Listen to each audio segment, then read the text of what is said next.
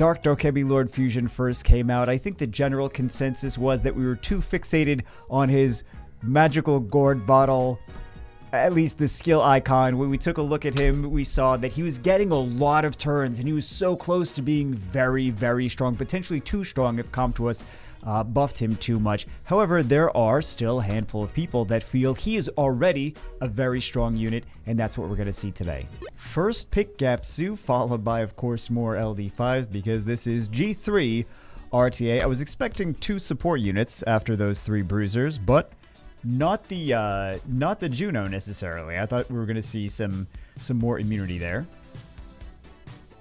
Not that Juno's bad. She's going to strip all of these buffs off the opponent's team and do a bunch of dots. Just kidding. She's not going to do any of that. She's going to strip buffs off 1 unit, and that's about it. Torrent, that should not take down the monkey. Well, he didn't have any attack power buffs or whatever. And also, this is just, this is pretty early in the match, so HP did not go down yet, attack power did not go up yet.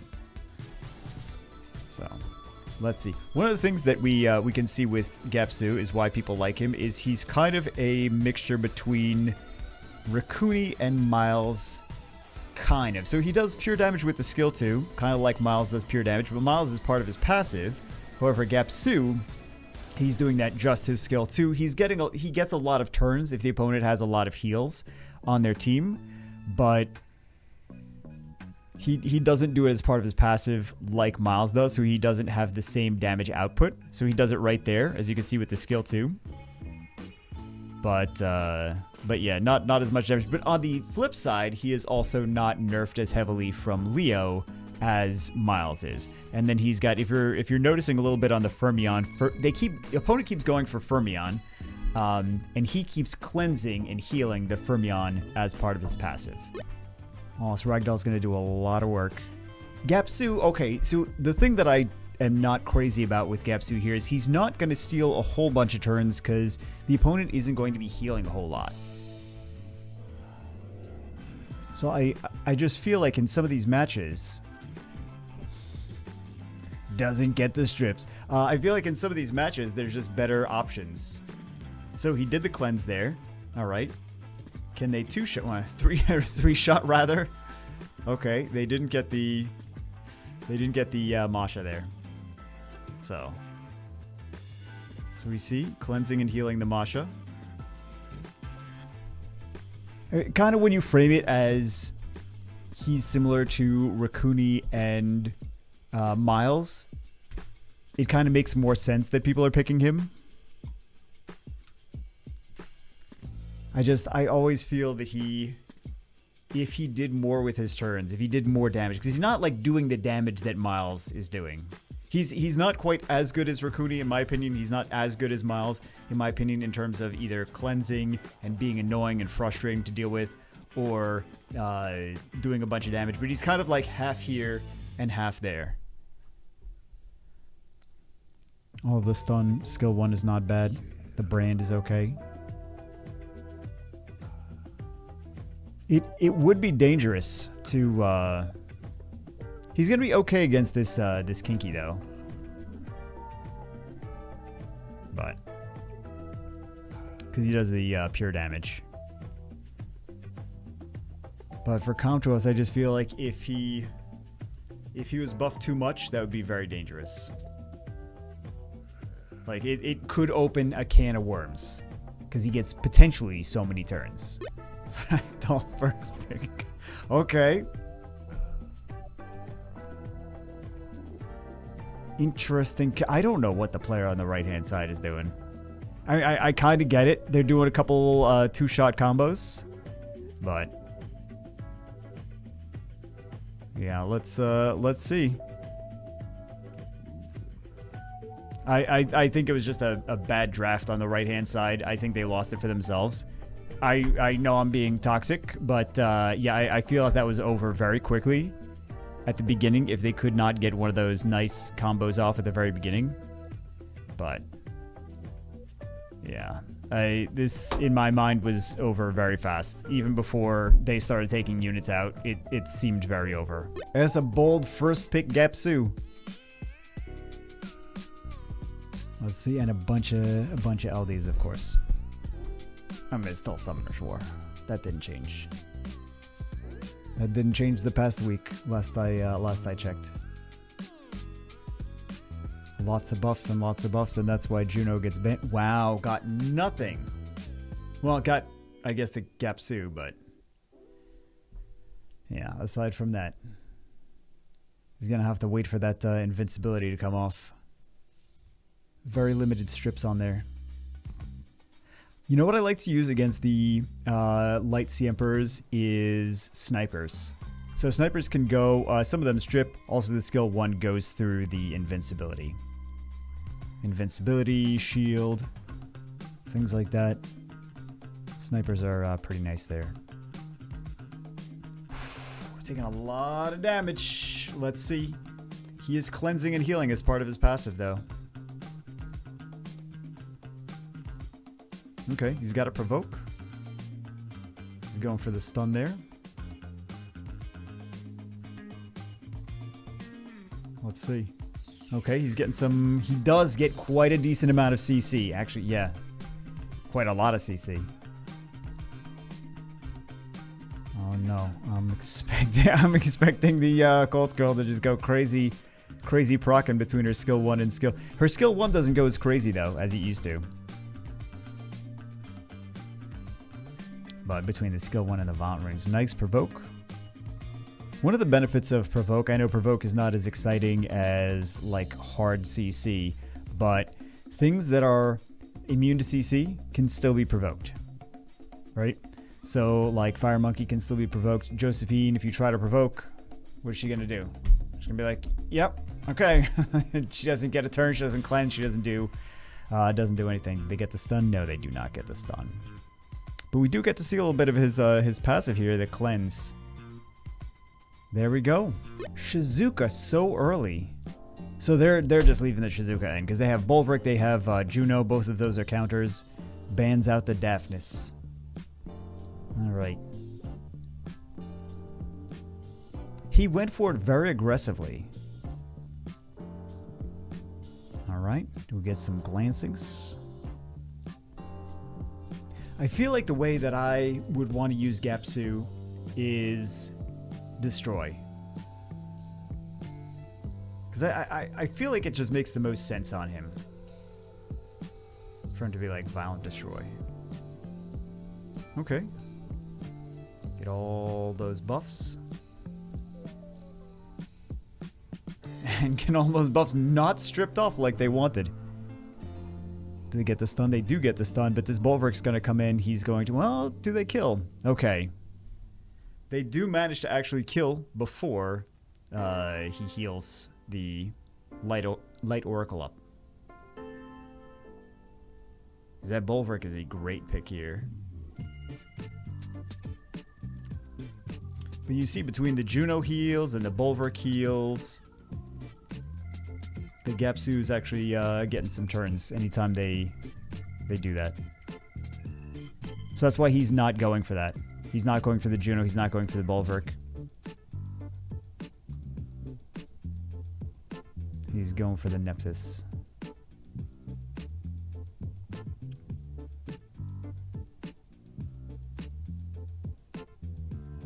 I think still trying to get some stuns on Bolverk wouldn't be a bad idea. We're seeing so many of this nowadays. This is the Chandra Sagar. I mean, it's a Wind Bison, same thing. Bans the Artemiel. Also the Camilla. Gapsoo into Camilla, since Camilla can't stop the heals. He's gonna get extra turns regardless. Maybe not a crazy amount of extra turns, but he will still get some extra turns. Okay, so we see Gapsoo increasing attack gauge. Increasing attack gauge some more. So just feeding him turns. He's got his magical gourd bottle skill. Looked like a magical pee-pee skill. I'm sorry, I'm 5 years old. First pick Masha. It's dangerous to first pick a Masha because you usually see Miles being picked. So no Miles comes out. And Masha gets banned. And Light Chimera gets banned. So Speedy Team on the right-hand side, but I don't know if they have enough damage to really finish the job. So, actually, a sheer skill 2, since it heals, Gapsoo cuts in. Very nice. Very nice. I feel like there's a missed opportunity, though, of picking Gapsoo, because they could have done a Leo here, right? So I feel like there's a missed opportunity of picking Gapsoo and Leo together. Because if you pick a Leo, your opponent's going to want to pick a Verti-Heal. This way he gets some value out of that. And then Verti-Heal skill 1 will heal, which will increase Gapsoo's attack gauge, and he can cut in on that. So I feel like Gapsoo and Leo is a decent combo. Not that I've used it personally, it's just on paper it seems like it would be a good combo. Maybe we'll see it some today. Hold on. It's going to be the Oliver show. Yep. So Gapsoo's going to take a turn. Does he stun? He does stun. So it's kind of nice there. I did not think of him in a team to counter a sheer. That's actually pretty solid. Gets the stun there. Okay. Magical Gourd Bottle. That's what you want to call it, come to us. You call it whatever you want. We know what it is. Magical Gourd Bottle. And then this Feng Yan just easily takes out the more. It's already over, yeah. Double CCs. And they don't bring immunity or... They got a little cleanse with the Juno, but... Yeah, they just ban out Cigar. Okay. And now we actually do get to see the Gapsoo and Leo together, which I thought was going to be a great combination. So let's see if it actually is a great combination or if it's... The Leo is going to nerf this Miles, though. So, stating the obvious 101. So they don't even have to go for it. Okay. Trying to take down the Chandra as soon as possible. Oh, also we get to see 2 different Dokebi Lords. Taking a decent amount of damage, but they do have 2 healers. Actually, 3 healers. What am I thinking? 3 healers. Yep. That Juno would have been down if it was not for the Leo.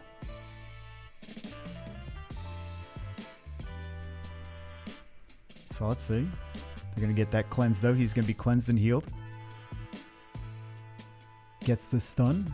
Okay, he's probably counting the cooldowns. He's like, I got to make sure this is stunned. Didn't go for the skill 2, though. They're just leaving the Miles. They're like, you know what? We don't have to worry about him. As long as Leo's on the battlefield, we don't have to worry about this Miles. He's going for the Gapsoo, too.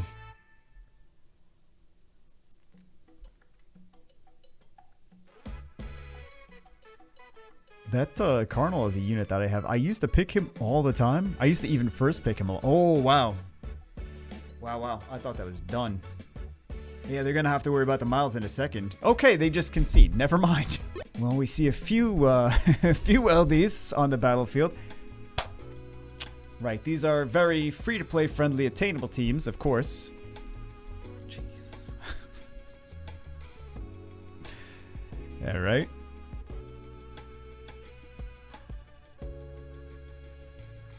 Yeah, okay. I'm skeptical of their choices there. I think that was a little too aggressive. I don't think this was really a Gapsoo spotlight. I think this was they wanted to play with a whole bunch of LDs together that didn't necessarily make the most sense synergistically. So, yeah. It's effectively 6-on-3. So, I don't see this going the way... Well, they could. It's going to be... They have an opportunity to win. However, it is going to be... It's going to be rough. It's going to be a long match either way. But they can do it. They have to find an opening for the Vivachel. Vivachel into something else. Snipe something, take it down. And then do it again. And then do it again. Before the defense break and nuke combination comes out with the... Oof. Yeah, with the mage and the ragdoll. Or the mage and anything else, because the other units can do damage too. Okay, glancings. If they get a proc here, okay, they don't get the proc. Because his pure damage is 15% of his HP. It's just going to be really hard to do all the damage they need to do to take that down. Okay, actually, right here, okay, so this is the first opening that they needed.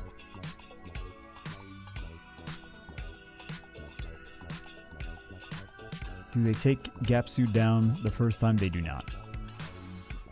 But yeah, like I said, it's gonna be an uphill battle either way. It's not gonna be anytime soon. They have the opening. Okay. If she procs like crazy, they didn't get it. All right. But if this Alexandra procs, they've got that. Ooh, here we go. They've got that opportunity.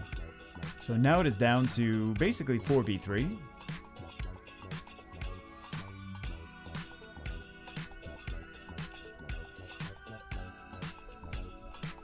Let's see if they can do it, though. They're not doing enough damage. Oh, that was so close. They're not doing enough damage with that ragdoll. If they take this Alexandra out. Oh, they knew it was going down soon enough, so. And we see the Gapsoo ragdoll, first couple picks again. I like the water Onimusha here. I feel that maybe they don't have enough sustain on the right-hand side, but I do like the water Onimusha. And they ban out the ragdoll anyway, so I like the water Onimusha. They didn't have to deal with the ragdoll, right? They didn't have to worry about it, but they banned it out. So. Yep, let's see how the rest of this goes. But now it's already 6 versus 3, effectively. And they don't have a lot of sustain there.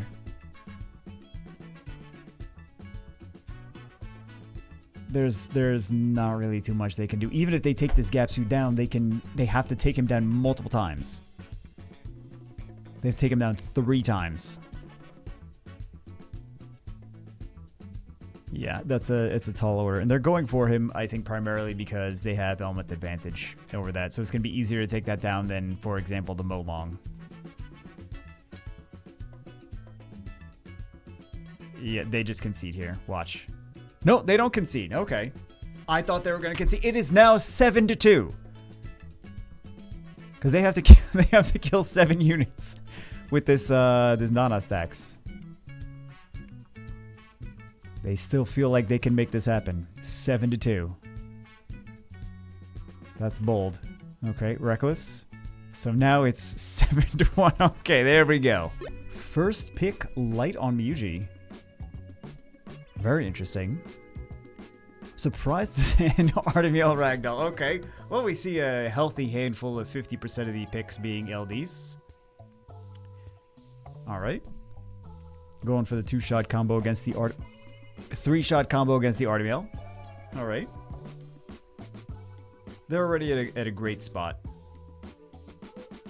Taking turn 1, taking 1 unit down before the opponent can get a turn. Already a great spot. Not a ton of... Well, they do have some sustain, actually, with that the light on Ryuji and also the heal on the Fire Monkey, but not a crazy amount. They don't have a lot stacking this Bolverk, though.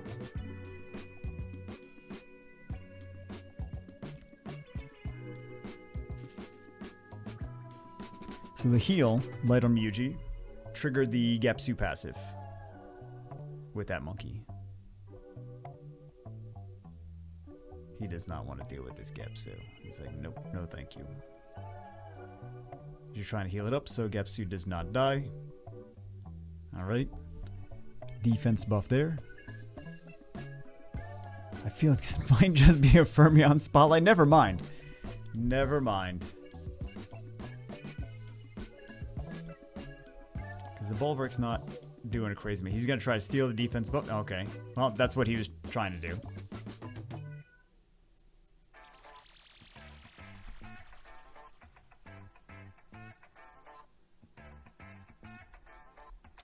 It's Gonna be rough. Reckless on the... No, not reckless on the monkey. All right. I think they've got this, though. Even if Fermion goes down, or rather when Fermion goes down. The Bolverk is not doing a whole lot, though, as it's a crit damage Bolverk. Ooh, Gapsoo's almost dead. I expected the panda to do a decent amount.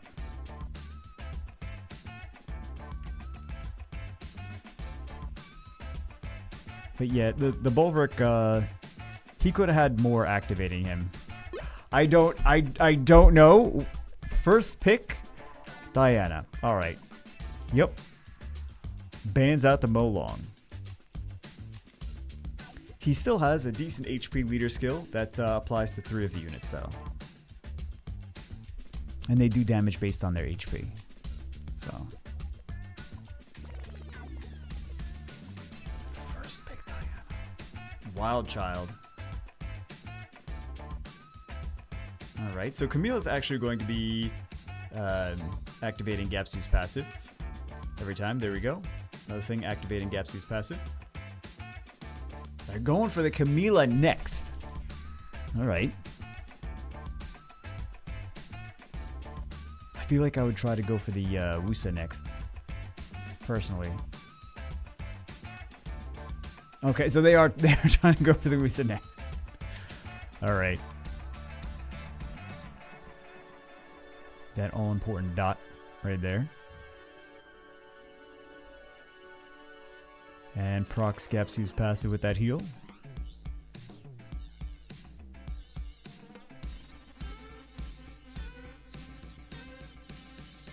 She's got a heal on that Mihail. I mean, not Mihail, the other one. I said the wrong name. You guys know what I'm talking about. With the skill too, the AoE. When she can actually get it off. So there we go. Heals herself up a little bit.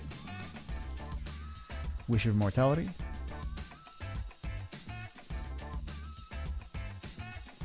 I feel like they're in a decent spot, though. I mean, 4v2, it's possible to come back from that, as we all know, but it's a little bit challenging. They're still good. They're going for the Camilla first.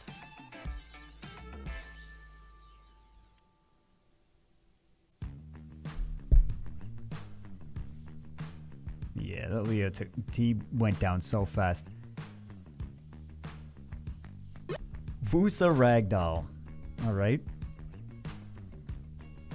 Oh, the passive bruisers. Leo's getting banned for sure. Vanessa's getting banned. Okay, I didn't know what was getting banned on the left-hand side, but I knew that Leo was definitely getting banned. 2 of those units are based on speed, damage based on speed. And then they got the speed lead, the super fast Ethna. You know that Leo's going down. You know he was not making it through that pick ban phase. He countered half the team. Alright, so that Endure is actually going to keep them alive pretty nicely. How many defense breaks? 2 defense breaks. So, this Water Siri, if they decide to hit the... Yep, they do decide to hit the Light on Musha. She's going to crit since she's faster than him. So his passive is basically worthless. There we go. Rough team to go up against. I mean, you really have to ban the Leo, though. This Gapsoo Ragdoll combination... They're getting picked an awful lot together. But I would say probably, I don't know, a third or half of the people in G2, G3 have a Ragdoll. It seems like a crazy statement, but the reason that people have these is because, number one, he's been out for a long time, so more people have the older LD5s than the newer ones. And number two, people will just buy. Oh, we also get to see the another one of the Dr. Kebbies as well in this one.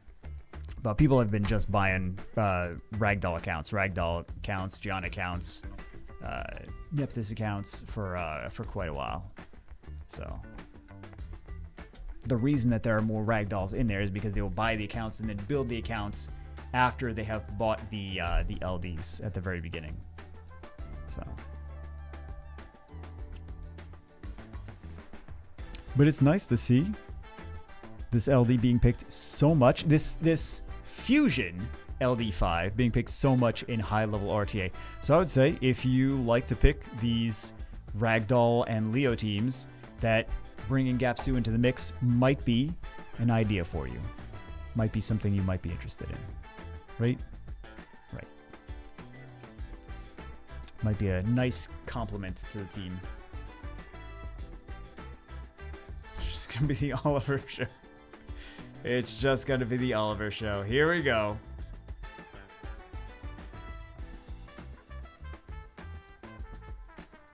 Well, I suppose it's not gonna be the Oliver show. There we go. Gapsoo for the win, being used quite a lot nowadays in high-level RTA. Kind of taking the place of a mixture between Miles and Raccoony, stealing some turns, cleansing, doing some pure damage. Hope you guys enjoyed it. That's it for this one. And he's a very easy to obtain unit, and also an easy enough LD5 to obtain, considering those are ridiculous to even try to get. Anyway, that's it for this one. Hope you guys enjoyed it. I will see you as always in the next one.